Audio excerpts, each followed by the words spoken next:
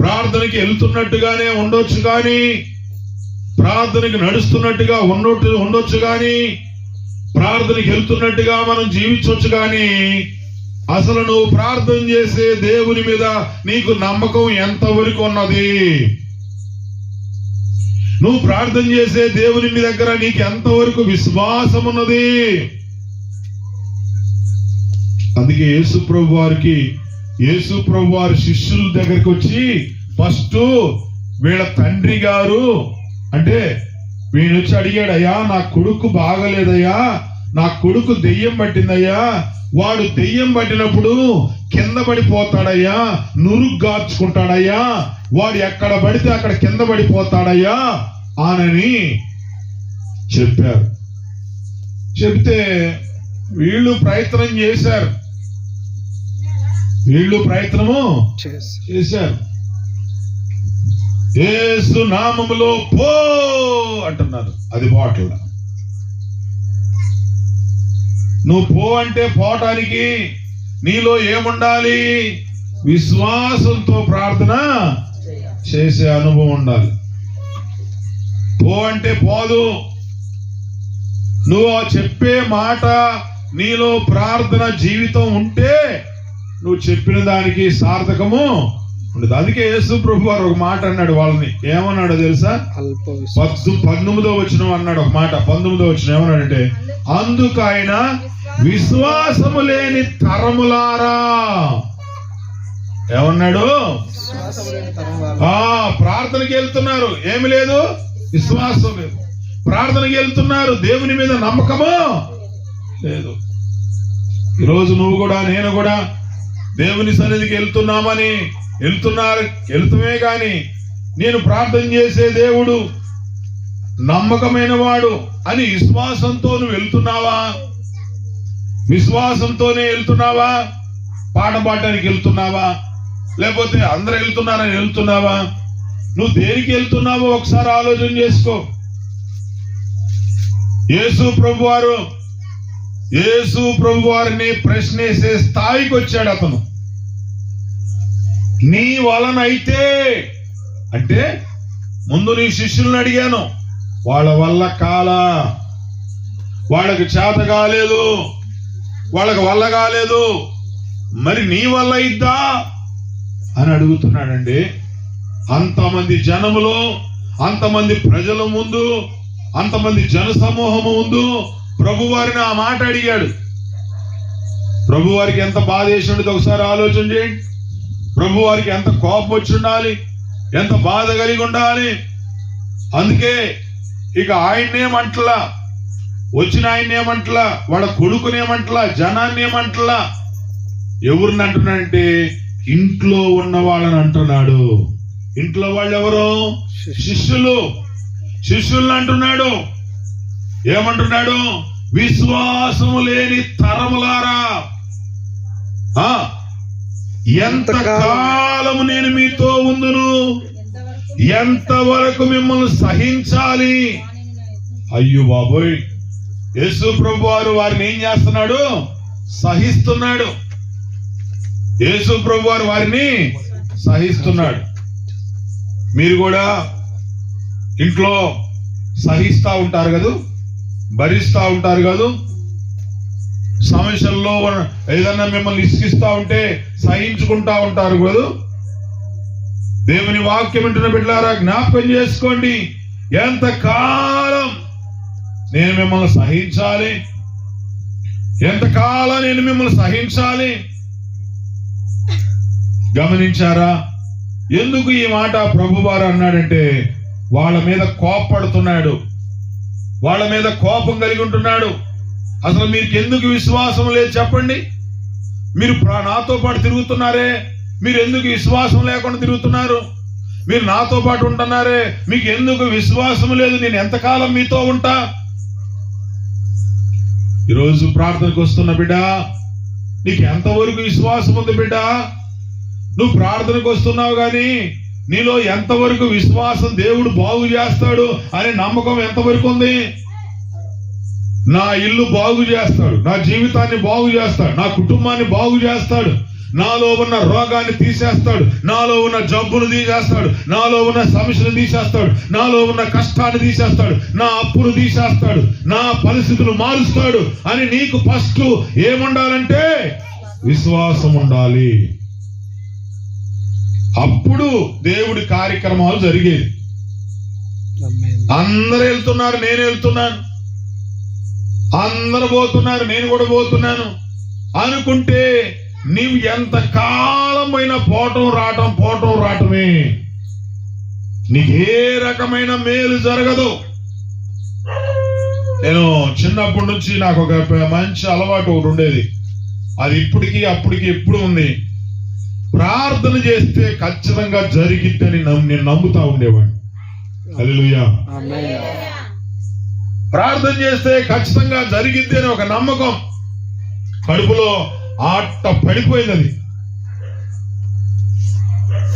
ఎవరికైనా నాకు మళ్ళీ ఇంకోసారి కూడా ఇంకోటి కూడా ఉంది, ఇక్కడ ప్రార్థన చేస్తున్నాను ఇక్కడ ఏం జరగదు అనేది కూడా ఉంది. ఎందుకో తెలియదు. ఒక్కోసారి కొంతమందికి ప్రార్థన చేస్తున్నప్పుడు నాకు ఖచ్చితంగా నమ్మకం ఏర్పడింది వీళ్ళ మీద. ఎందుకు అంటే అక్కడున్న వాళ్ళకున్న పరిస్థితులను బట్టి ప్రార్థన నడిచింది. దేవునికి స్తోత్రం కలుగును గాక.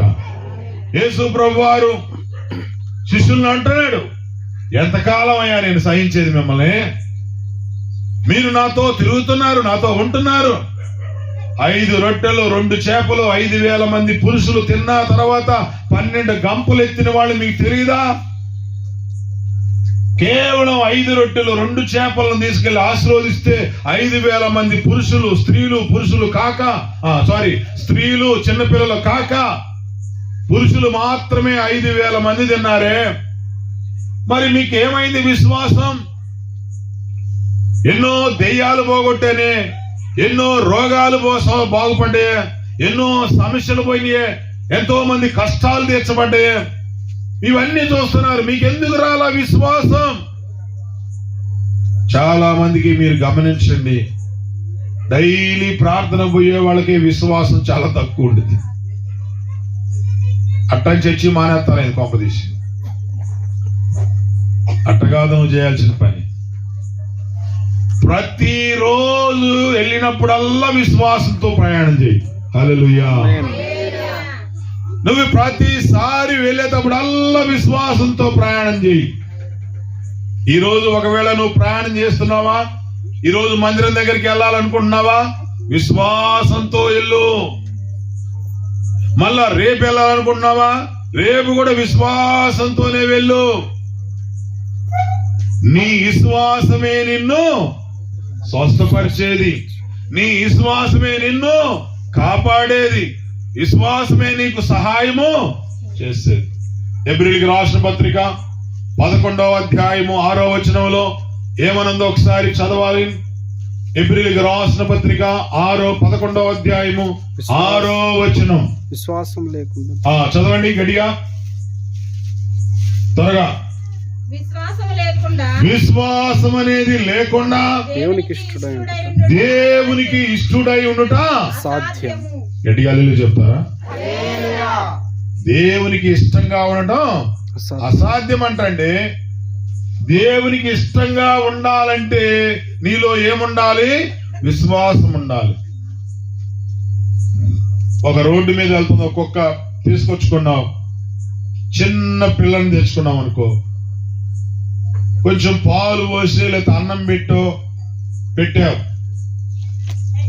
తిన్నది, తిని అమ్మాయి నాకు కడుపు నిండింది, నాకు చక్కగా నిండిపోయింది, ఇంక నేను వెళ్ళిపోతానని అనుకోదు. ఈమె ఈ యజమానురాలు నాకు అన్నం పెట్టింది కాబట్టి నేను ఇక్కడే ఉండాలి కామాలా. మళ్ళీ ఇంకో బజార్ ఎత్తుకోదు, ఇంకో గేరు ఎత్తుకోదు, ఇంకో గేరుకో ఇంకో బజారుకో ఇంకో ప్రాంతానికో వెళ్ళడానికి ఇష్టపడదు, ఇంకో ఇల్లు ఎత్తుకోదు. ఈమె నాకు అన్నం పెట్టింది కాబట్టి నేను ఇక్కడే ఉండాలి కామాలా, నేను ఇక్కడి నుంచి ఇంక వెళ్ళకూడదు కావాలని అనుకున్నది. మళ్ళా నువ్వు ఎప్పుడు పెడతావో అని ఎదురు చూస్తా ఉంటుంది. మళ్ళా నువ్వు ఎప్పుడు పెడతావని ఎదురు చూస్తా అక్కడే కనిపెట్టుకొని ఉంటుంది. నువ్వు సాయంత్రం పెడితే సాయంత్రం, ఉదయం పెడితే ఉదయం, ఎప్పుడు పెడతావని ఎదురు చూస్తా ఉంటుంది. మనిషి అయితే ఈ ఇంట్లో అన్నం పెట్టకపోతే పక్కింటికి పోయి చెప్పి, అమ్మా ఇంట్లో అన్నమే పెట్టట్లేదమ్మా, నువ్వన్న ఒక ముద్దయ్య అని చెప్పేసి 4-5 చెడ్డ మాటలని చెప్పి అన్నం కోసం ఇంట్లో అసలు అన్నమే చేయట్లేదు, ఇంట్లో అన్నమే పెట్టట్లేదు, కూరే చేయట్లేదు, సారే చేయట్లేదు, నువ్వన్న పెట్టని చెప్పేసి అక్కడ 4 మాటలు చెప్పుకొని వాళ్ళ దగ్గర ఏదో అన్నం పెట్టించుకొని తింటాం. మళ్ళీ అయిపోయిన తర్వాత మళ్ళీ ఇంకొక అట్లా చేస్తాడు మనిషి. కానీ కుక్క అయితే అలా చేయదు. కుక్క అయితే అలాగూ చేయదు. ఏం చేసిందంటే ఒక రోజు పెట్టకపోయినా 2వ రోజన్నా ఎదురు చూస్తా ఉంటుంది. నోరు లేదా? ఒక రోజు పెట్టకపోయినా 2వ రోజైనా అదే ఇంటికాడ ఎదురు చూస్తా ఉంటుంది. ఈ రోజు పెట్టలేదు, నేను ఈ ఇంట్లో నుంచి వెళ్ళిపోతాను అనుకోదు. ఈ రోజు పెట్టకపోయినా రేపైనా పెడతారేమో అని ఎదురు చూస్తాడు. అంతేకాదు, ఎవరన్నా ఇంటి సాయలకు వస్తున్నారంటే ముందుగానే గట్టిగా అరుస్తా ఉంటుంది. ముందుగానే గట్టిగా అరుస్తా ఉంటుంది. ఒకసారి మన ఇంటికాడ ఒక కుక్కను పెంచాం. అది ఒక నాగం పాముతో బాగా కొట్లాడింది. పాపం మేమందరం నిద్రపోతా ఉన్నాం. నాగం పాముతో బాగా కొట్లాడింది. చివరికి ఈ పాము దాన్ని కాటేసేసింది. మా కోసం పాపం అది చాలా పెనుగులాడి పాపం చచ్చిపోయింది. అది వాక్యం పెట్టిన బిడ్డలారా, సావుకైనా తెగించింది కానీ ఇల్లు ఇడిచిపోవడానికి ఇష్టపడదు. సావుకైనా సిద్ధపడిపోయింది కానీ ఇల్లు వదిలిపెట్టిపోవడానికి ఇష్టపడదు. అలాగే నువ్వు దేవునితో ఉండడానికి ఇష్టపడ్డప్పుడు, యేసు ప్రభు పాదాల దగ్గర ఉండడానికి ఇష్టపడ్డప్పుడు, ఆయన దగ్గరే నువ్వు కనిపెట్టుకొని ఎదురు చూస్తా ఉండు. అది విశ్వాసం. గట్టిగా చెప్తారా? అది విశ్వాసం. అంటే నీకు మేలు చేస్తాడని విశ్వాసం పెట్టుకొని ఉండాలి. పాపం ఈయన బాగానే వచ్చాడు, రావటం బాగానే వచ్చాడు. ఈయన తన కొడుకు బాగాలేదు కాబట్టి బాగు చేసుకుందామని వచ్చాడు. ఈ లోపల యేసు ప్రభు వారు లేరు అక్కడ, శిష్యులు ఉన్నారు. శిష్యుల్ని అడుగుతున్నాడు, అయ్యా నా కొడుకు బాగలేదు కదా, మీరు ఆయన శిష్యులు కదా, ఆయనతో పాటు తిరుగుతున్నారు కదా, మీకు కూడా ప్రార్థన వచ్చు కదా, మీరు కూడా దేవునితో గడుపుతారు కదా, మరి నా కొడుకుని మీరన్నా బాగు చేయండి అయ్యా. నురుగు గక్కుతున్నాడు, కింద పడిపోతున్నాడు, గిలగిల కొట్టుకుంటున్నాడు, వాడు అటు ఇటు దొరుకుతున్నాడు, మీరన్నా బాగు చేయండి అని అడుగుతున్నాడు తండ్రి. వీళ్ళు చూశారు. రే ఆంధ్రయా మొత్తం చేరారు, మొత్తం శిష్యులందరూ చేరారు, చుట్టూ చేరి పో దెయ్యమా పో పో పో పో పో అంటే అదే పోనే పోట్ల. ఎందుకని పోవట్లేదు? ఏయ్ నువ్వన్న చేరే గట్టిగా ప్రార్థన అంటే వాడు కూడా స్తోత్రం అంటున్నాడు కానీ పోట్ల. ఇంకొకటి అంటున్నాడు స్తోత్రం అన్నాడు, వాడు పాటల. ఏమి చెప్పిన పోట్ల అది మాత్రం గిలగిల కొట్టుకుంటా ఉంది. వాళ్ళ నాన్న చూసి వీళ్ళ వల్ల ఏదంటే కనపడలేదబ్బాయి. నా కొడుకు బాగుపడ్డేమో, వీళ్ళ వల్ల కావట్లేదు, వీళ్ళు అటు ఇటు తిప్పుతున్నారు కానీ దెయ్యం రాట్లా బయటికి అని చెప్పేసి అనుకుంటా ఉన్నాడు. ఈ లోపులు అక్కడ చూడండి, మీరు బైబిల్ చూడండి 14వ వచనం చూడండి. వారి శిష్యుల యొద్దకు వచ్చి వారి చుట్టూ బహుజనులు కూడి ఉండుటయు శాస్త్రులు వారితో తర్కించుడు చూచిరి. జనాలు ఎంతమంది వచ్చారు చెప్పండి అమ్మా?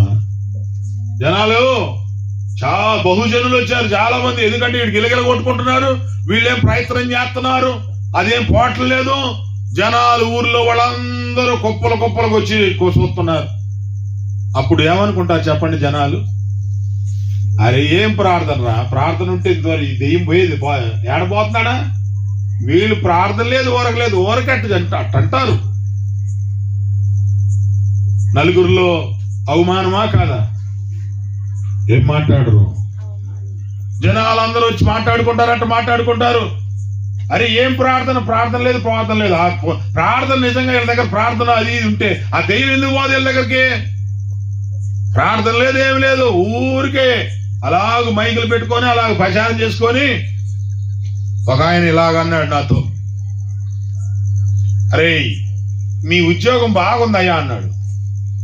ఏంది కథ అన్నా? యాడిపోయినా మీకు చికెన్ పలావే కదా అంటాడు. మీకు యాడిపోయినా చికెన్ పలావ్ అంటే మరి మా డ్యూటీలో చేరు అన్నా. మా డ్యూటీలో చేరరాదు నువ్వు కూడా, నీకు కూడా చికెన్ పలావ్ దొరికింది, చేరుతా ఉండు అని అన్న. ఒక పూట వచ్చి కూర్చున్నాడు, నడువులు నొప్పులు పట్టినాయట. రేత్రి ఎప్పుడో 11-12 గంటలు పెట్టారంట. ఇయర్ దాకా పెడతాం ఏంటంటే, మరి అప్పుడు దాకా వస్తున్నాం మేము, ఏం చేయాలా? ఒక పూటకే అంత అలిసిపోయినావా? మీదైనా కష్టమేనే అంటాడు. మీదైనా కష్టమే అంటే కష్టం లేకుండా ఏదైనా యానించి వచ్చింది? మీరందరూ పగలు ఎండలో కష్టపడితే కదా సాయంత్రం కూలి వచ్చేది. నేను ఇంట్లో కూర్చుంటాను, కూలి రమ్మంటే వచ్చిందా? చెప్పండి. ఏ పని చేసేవాడు ఆ పని చేయాలా? ఏం మాట్లాడరు? అల్లు ఏం చెప్పలేదు. ఏ పని చేసేవాళ్ళు ఇదేదో బాగుందే అని చెప్పేసి దీంట్లో దిగినాం అనుకో, నీకు మైకి పట్టుకొని 4 మాటలు చెప్పడం రాదు, పోనీ ఏం చేయడం రాదు, ఇదేదో బాగుందని చెప్పేసి పలావ్ చికెన్ చూసుకుంటూ వచ్చావు అనుకో, అది నీకు అరగను కూడా అరగదు.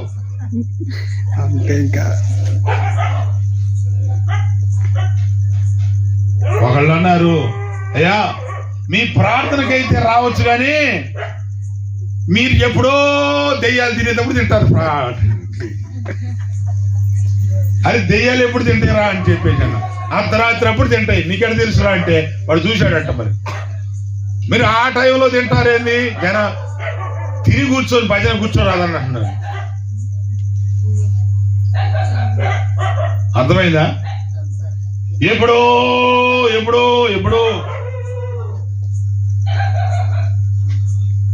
ప్రార్థన అయిపోయిన తర్వాత అది 11 గాని 12 గాని 10 గాని 9 గాని 1 గంట గాని అప్పుడు తింటా ఉంటాం మనం. హల్లెలూయా చెప్పండి. వాడు దానికి ఏం పేరు పెట్టిండు? దెయ్యాలు తినే టైం అంటాడు. వాక్యం పెట్టిన పెట్టలేరా? ఇది అందరికీ కుదరదు, గుర్తు పెట్టుకోండి. చేయాలనుకుంటావు కానీ చేయలేవు. ఒకసారి గాడిద కను కుక్కకి పోటీ పడిందంట. గాడిద అంటుందంట, కుక్క ఈ రోజు నా డ్యూటీ నువ్వు చేయరాదా అనందంట. గాడిద మాట చెప్పక, ఎందుకు ఆ మాట చెబుతున్నావు అంటే, రోజు నేను ఈ పని చేయలేకపోతున్నాను, నువ్వేమో హాయిగా కొనుక్కుంటున్నావు, నేనేమో రేత్రంతా కాపలా గాయాల్సి వస్తుంది అని చెప్పేసి కుక్క అనంట. గాడిద కూడా అదంట, సరే నీ పనే పెద్ద లెక్క, నేను ఎందుకు చేయలేను, ఈ రాత్రి నువ్వు నిద్రపో, నేను చేస్తాను నీ డ్యూటీ అనంట. ఈ రాత్రి నువ్వు నిద్రపో, నేను నీ డ్యూటీ నేను చేస్తాను అందంట. సరేనని చెప్పేసి కుక్క లోపల పోయి హాయిగా పడుకుందంట. ఈ గాడిద బయటకు వచ్చి అటు ఇటు తిరుగుతుందంట. ఇప్పుడు ఈ రాత్రి అంతా కాపలా కాసే డ్యూటీ ఎవరిది? గాడిద తీసుకుందంట. గాడి తీసుకొని ఈ రాత్రి అంతా నేను నా యజమానుడి ఇల్లు కాపలా కాయాలా, ఎవరు రాకూడదు అని గేటుగాడు అటు ఇటు తిరుగుతా నిద్రపోకుండా ఉంటుందంట. ఈ లోపల 12 గంటలప్పుడు దొంగలు వచ్చారంట. 12 గంటలప్పుడు దొంగలు వచ్చి ఇంట్లో పడుతున్నారంట. ఒరి మా యజమాని ఇంట్లోకే దొంగలు వచ్చారు, వీళ్ళని నెట్టబట్టియాలని చెప్పేసి గట్టిగా అరుతుందంట. అది అరితే ఎట్టుండిది?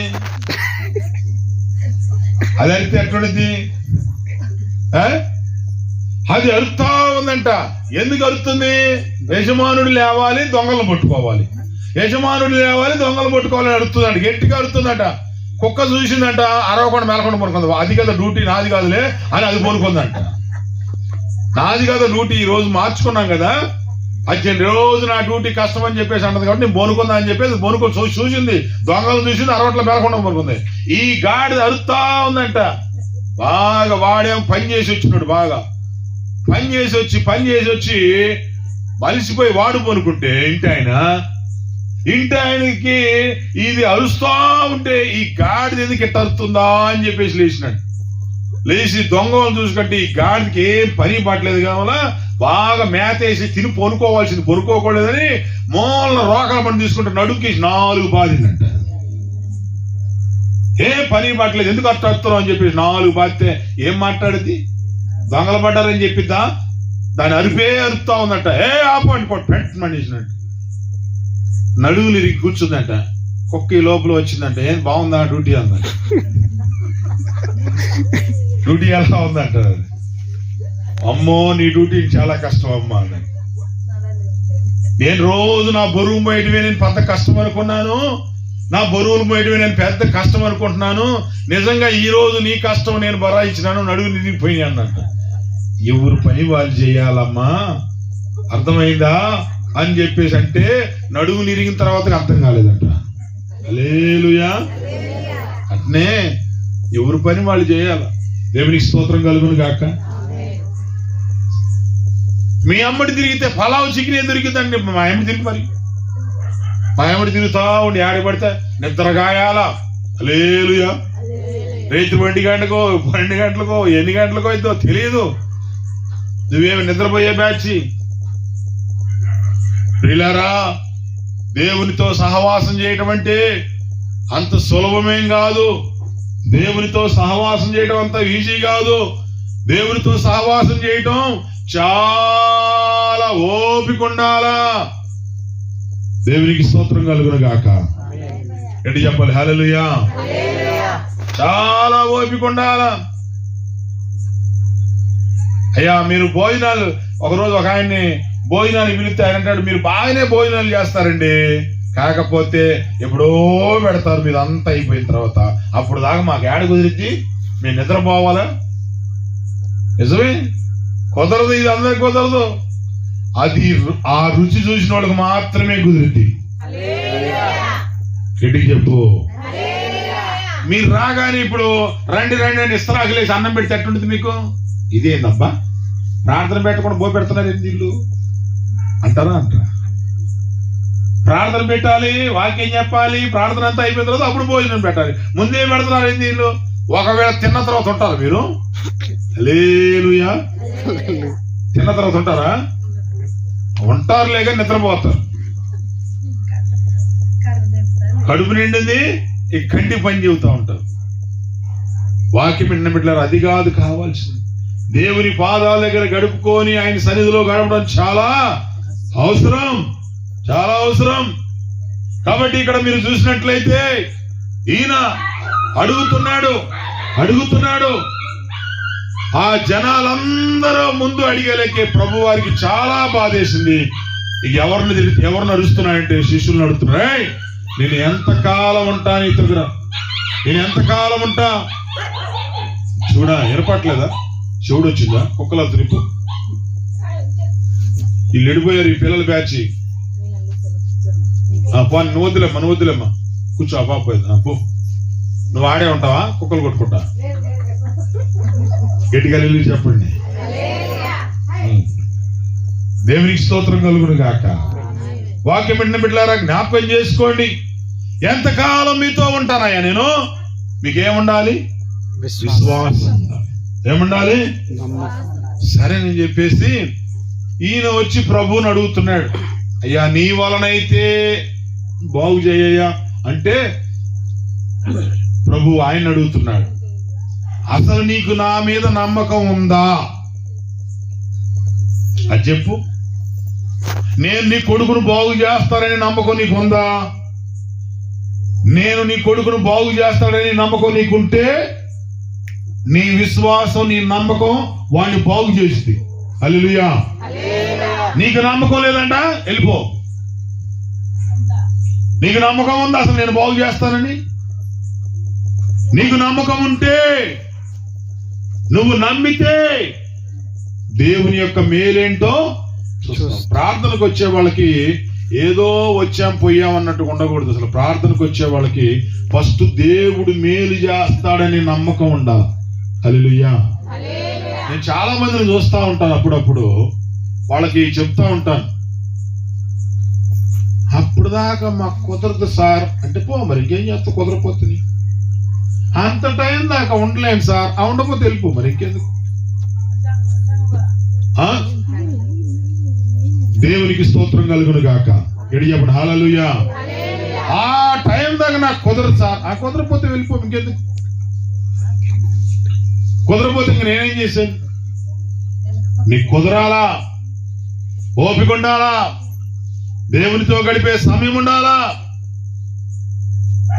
నువ్వు చెప్పినట్టు యేసు ప్రభు వినడో, ఆయన చెప్పినట్టు మనం వినాలా. అర్థమైందా? నువ్వు చెప్పినట్టు వింటే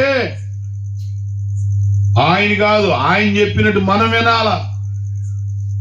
చాలా మంది వస్తారు ప్రార్థనకి, నేను చూస్తా ఉంటాను, టక్కున కానికిస్తారు, వెళ్ళిపోతారు. ఏమా అంటే, మాకు పనులు సార్, ఎన్ని పనులు అనుకున్నాం. మరి కానికి ఇచ్చావు, ఏంది కథ? ఆశీర్వదించాలి, దీవించాలి, మేలు చేయాలి. ఏమో అది నీ నమ్మకం, ఏమో అది నీ విశ్వాసం. యేసు ప్రభు వారు అడుగుతున్నాడు, నమ్ముట నీ వలనైతే నమ్మువానికి సమస్తము సాధ్యం. అది ఏమన్నాడు ఈ మనిషి ఆ మాటకి? ఏమన్నాడు చూద్దాం. 23వ వచనం చూద్దాం, 24వ వచనం. వెంటనే ఆ చిన్నవాడి తండ్రి నమ్ముచున్నాను, హల్లెలూయా చెప్పు. ఏమన్నాడు? నమ్ముచున్నాను అన్నాడు. ఆ ఒక్క మాట ప్రభువుకి నచ్చింది. నువ్వేమనాలో తెలుసా? పై మాట కాదు, నేను నమ్ముతున్నాను అని అనాలా, నేను విశ్వసిస్తున్నాను అనాలా, నేను నమ్ముతున్నాను అని నీ మనసులోకి రావాలా. ఆయన అడిగాడు, ప్రభువే అడిగాడు, ఏం బాబు, నేను బాగు చేస్తానని నీకు నమ్మకం ఉన్నదా? అసలు నీకు ఉందా? దానికి నీ జవాబేంటి? దానికి అన్నాడు, నమ్ముతున్నాను. హల్లెలూయా. నేను నమ్ముతున్నా.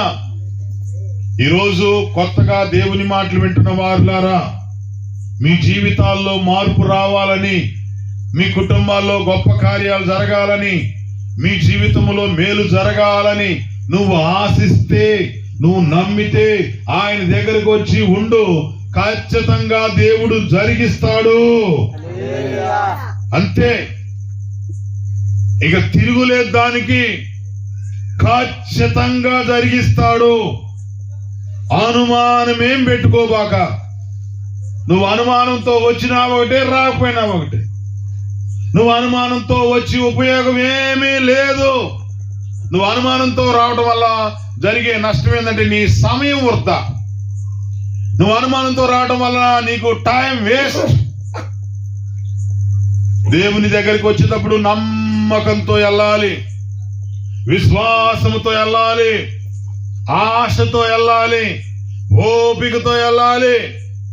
ఆశ కలిగిన ప్రాణాన్ని దేవుడు ఏం చేస్తాడు? తృప్తి. మరి ఆశతో వెళితేనే కదా నీకు తృప్తి వచ్చి దొరికేది. ఆశతో రాకపోతే నీకేం ఉపయోగము లేదు. దేవునికి స్తోత్రం కలుగును గాక. ఒకసారి ఒక ఆయన గుర్తుకి వెళ్ళాడంట. వెళ్తే ఆయన కొత్తగా వెళ్ళాడు, కూర్చోలేకపోతున్నాడు, నడువుల నొప్పులు అవి ఇవి అవి ఇవి. అయ్యో చెయ్యి పెట్టి ప్రార్థన చేస్తాడేమో అని ఎదురు చూస్తా ఉన్నాడంట. ఎంత సేవుడికి ప్రార్థన చేయట్లేదంట. మధ్యాహ్నం దాకా ఓపిక పట్టి, అయ్యా ఆయన చేసేటట్లేడు, నేను ఉండేటట్లేను, నా ఓపిక లేదు, నేను వెళ్తానయ్యా అంటున్నాడు. వాళ్ళు అన్నారంటే, సాయంత్రం దాకా ఉంటేనే గేటు కూడా తీయమంటున్నారంట వాళ్ళు. గేటు కూడా తీయము, నువ్వు ఉండాల్సిందే అంటున్నారంట. నా ఓపిక లేదు అని కొట్లాడుతున్నాడు మనిషి. ఆ మాట ఆయన దగ్గరికి పోయింది. అయ్యా ఆయన కొట్లాడుతున్నాడు అని చెప్పేసి ఫస్ట్ గేట్ తీసి బయటికి పంపించేసాడు అన్నాడు. బయటికి పంపించేసేయండి. ఎందుకు? దేవుని దగ్గరికి నీకు వస్తే నీకేముండాలి? ఓపిక. ఆత్రం ఉండకూడదు. ఓపిక. గట్టిగా చెప్పండి. ఆత్రం ఉంటే రాదు. నువ్వు ఆశతో రావాలి, ఓపికతో రావాలి, దేవుని పాదాల దగ్గర కూర్చునే విధానం రావాలి. అందుకే ప్రభు వారు ఒక మాట రాశాడు, ఒక్క దినము ఆయన మందిరములో గడిపితే 1000 దినాలు. మనోళ్ళు ఒక్క దినం అంటే గంట కొత్తారు. హల్లెలూయా చెప్తారా? అదే గంట సేపు గడితే అన్నారు అనుకో 10 నిమిషాలు వచ్చి వెళ్ళిపోతారు. ఆయన ఏం చెప్పాడంటే ఒక్క దినము అంటే 24 గంటల మందిరంలో గడపమని చెప్పాడు. ఒక్క దినం ఆయన మందిరంలో గడిపితే 1000 రోజుల కంటే శ్రేష్టము అని రాశాడు.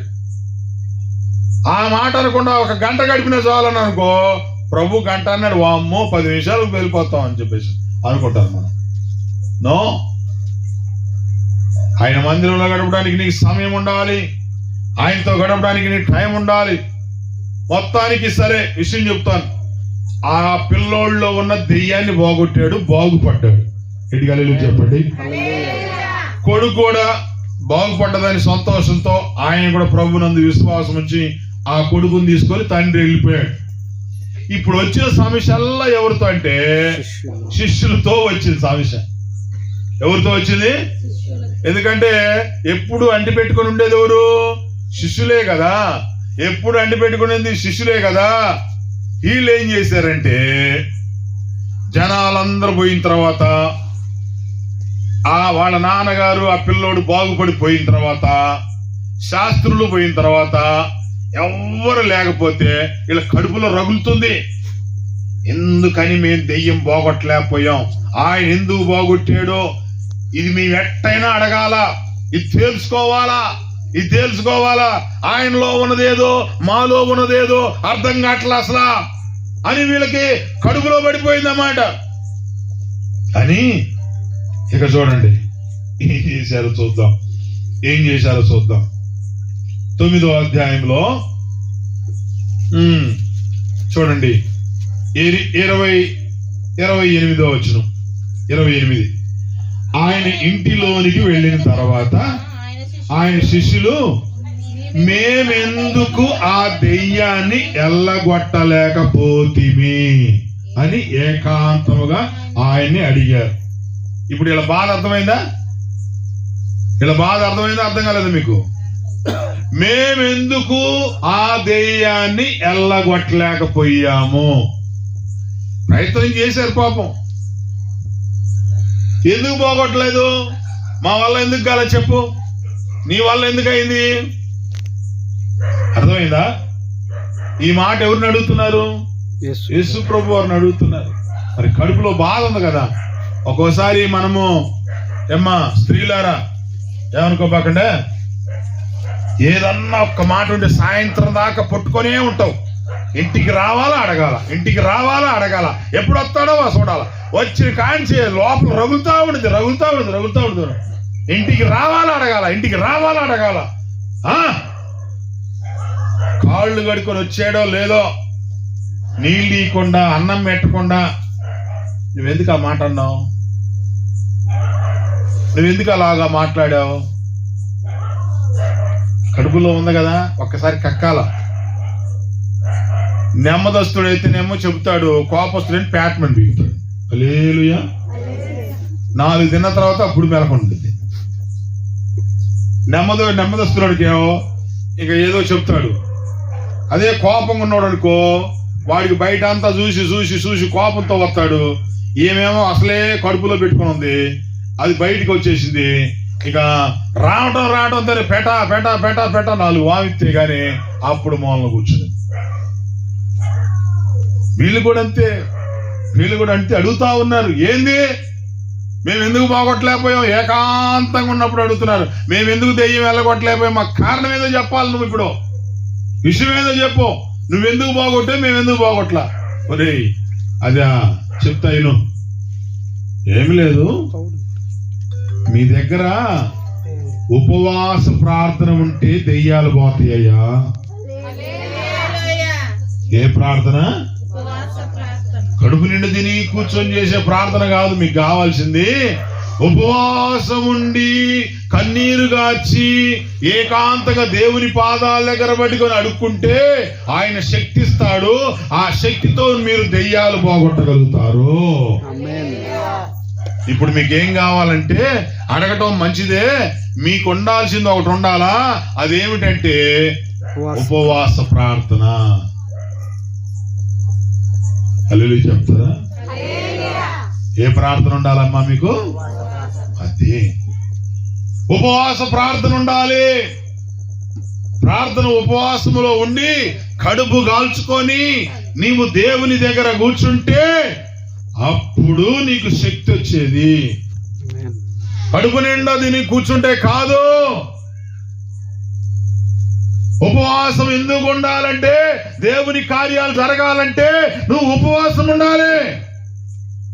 దేవుని అద్భుతాలు జరగాలంటే నువ్వు ఉపవాసం ఉండాలి. సభలు పెట్టినప్పుడు బాబు నన్ను బతిలాడతారు, అయ్యా ఏదైనా తినండి అయ్యా అంటారు. బాబు సభలు పెట్టినప్పుడు తినండి అయ్యా ఏదైనా అంటారు. దేవుని పని జరగాలంటే కడుపు నిండా చికెను మటను లేకపోతే గుడ్లు అవన్నీ లోపల వేసుకుంటే ఏమొచ్చింది? నిద్ర వచ్చేది. అందుకే కొంచెం కడుపు కాలుతా ఉండాలి 3 రోజులు. పెట్టి చెప్పరు. మనం కూడా ఉపవాసం ఉంటాంలే. పొద్దున్న 2 ఇడ్లీ, మధ్యాహ్నం 1 చపాతి, నైట్కి ఏం ఉప్మా. ఇది మన ఉపవాసం. ఏమీ తినకుండా ఉపవాస ప్రార్థనలో కూర్చుని అనుభవం